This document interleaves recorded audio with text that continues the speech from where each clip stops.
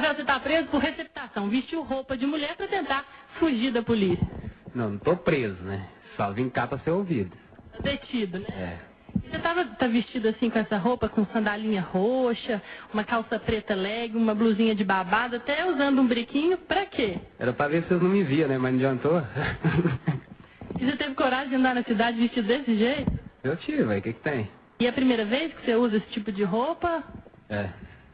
E de onde foi que surgiu essa ideia? Não, eu tava na rua, resolvi, falei, vou lá pra casa dos meninos vestir. A roupa é de quem? Das meninas, né?